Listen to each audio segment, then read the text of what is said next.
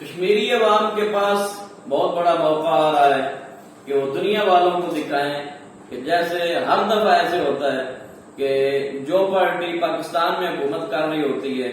اور اس دوران کشمیر میں اگر الیکشن ہوتا ہے تو وہی پارٹی جو ہے وہ وہاں پر بھی برسر اقتدار آ جاتی ہے۔ تو اب آپ دیکھ سکتے ہیں کہ موجودہ حکومت کی کیا کارکردگی ہے،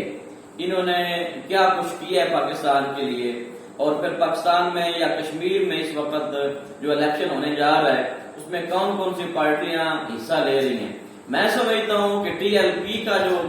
ورک ہے، جو ان کا کام ہے امت مسلمہ کے لیے، اور قبلہ امیر المجاہدین رحمۃ اللہ تعالی علیہ، انہوں نے جو آواز اٹھائی ہے مسلمانوں کی ماؤں بہنوں بیٹیوں کے لیے، خصوصی طور پہ کشمیریوں کے لیے، خصوصی طور پہ فلسطینیوں کے لیے،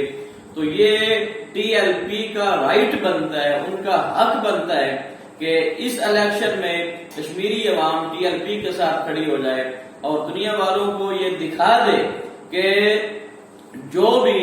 دین کی بات کرتا ہے، جو بھی غیرت کی بات کرتا ہے، جو بھی مسلمانوں کی عزت کی بات کرتا ہے، ماؤں بہنوں بیٹیوں کی شرم و حیا کی بات کرتا ہے، ان کی عزت اور وقار کی بات کرتا ہے، تو مسلمان ہمیشہ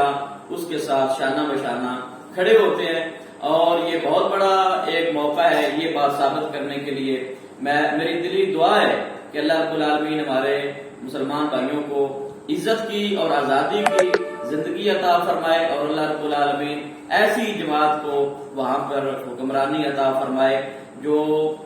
حقیقی معنوں میں کشمیری مسلمانوں کے لیے کچھ کر سکے۔ اللہ رب العالمین ہمیں ایسی لیڈرشپ عطا فرمائے، آمین آمین۔ جزاک اللہ۔